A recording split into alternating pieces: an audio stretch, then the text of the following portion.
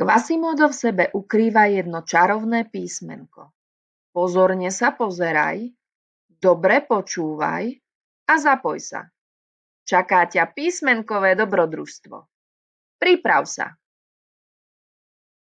Quasimodo býva vysoko vo zvonici. Sedí na kamennej podlahe a paličkou si pomaly kreslí obrázky.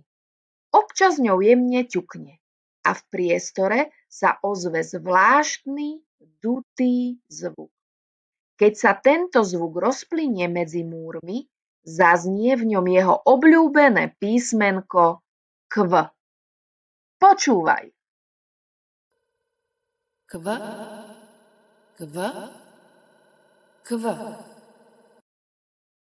Možno tak skúša ozvenu vo zvonici, alebo len trpezlivo hľadá tón, ktorý sa mu najviac páči. Skús to s ním aj ty. Kv, kv, kv.